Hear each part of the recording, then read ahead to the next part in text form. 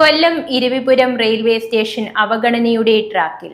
പ്ലാറ്റ്ഫോമിന്റെ ഉയരം കൂട്ടണമെന്ന യാത്രക്കാരുടെ ആവശ്യം നാളിതുവരെ പരിഹരിക്കപ്പെട്ടിട്ടില്ല.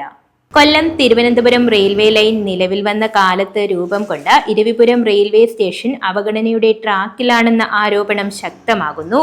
മീറ്റർ തീവണ്ടികൾ ഓടിയിരുന്ന കാലത്ത് നിർമ്മിച്ച പ്ലാറ്റ്ഫോമിന് ഉയരം കൂട്ടണമെന്ന യാത്രക്കാരുടെ ആവശ്യം ഇതുവരെയും പരിഗണിക്കപ്പെട്ടിട്ടില്ല. പ്ലാറ്റ്ഫോമിന്റെ ഉയരക്കുറവ് മൂലം ട്രെയിനിലേക്ക് കയറാൻ പ്രായമായവർ ഉൾപ്പെടെ ബുദ്ധിമുട്ടുകയാണ്. പ്ലാറ്റ്ഫോം ഉയർത്തണം, അതാണ് ആദ്യമായിട്ട് ചെയ്യേണ്ടത്. എല്ലാത്തിനും നിറയെ അപകടങ്ങൾ ഉണ്ടാകുന്നുണ്ട്. ആൾക്കാർക്ക് ഇറങ്ങാൻ കയറാനും ബുദ്ധിമുട്ടാണ്. ആരെങ്കിലും വീഴുന്നുണ്ടോ? ആള് വീഴുന്നുണ്ട്.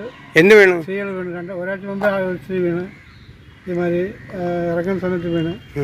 അത് അപകടം പറ്റിയിരുന്നു. അങ്ങനെ ആൾക്കാർ നാട്ടുകാരെല്ലാം ചേർന്നിട്ട് അത് സഹായിച്ച് അത് അതുകൊണ്ട് വലിയ കുഴപ്പമില്ല. ഇറങ്ങി ആളുകൾ ഉണ്ടായിരുന്നുകൊണ്ട് രക്ഷപ്പെട്ടല്ലേ?